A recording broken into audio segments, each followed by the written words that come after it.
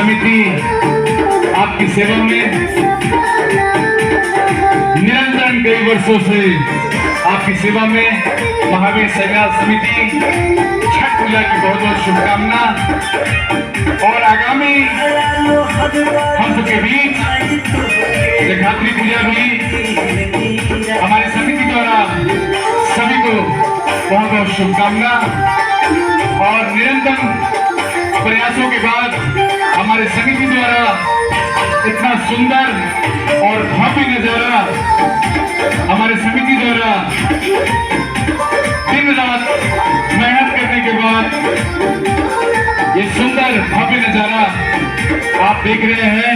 झाजी मोड़ से लेकर सर्वोदय संघ क्लब तक हमारी समिति द्वारा जो सुंदर सा नजारा, यह एक छोटा सा प्रयास है जो आपके सहयोग से हर वर्ष कुछ ना कुछ बेहतर आप सबके बीच उपस्थित है। हर वर्ष की भांति इस वर्ष भी छठ पूजा की बहुत बहुत शुभकामना। सभी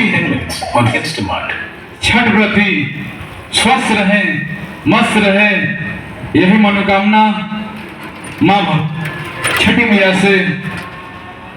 और हमारे जो श्रद्धालु भाई जा रहे हैं वो कान में फोन ना लगाएं और मैया का गुणगान करते हुए जाएं, ना कि परिवार का कोई आलोचना करते हुए जाए रास्ते में। जय छठी मैया।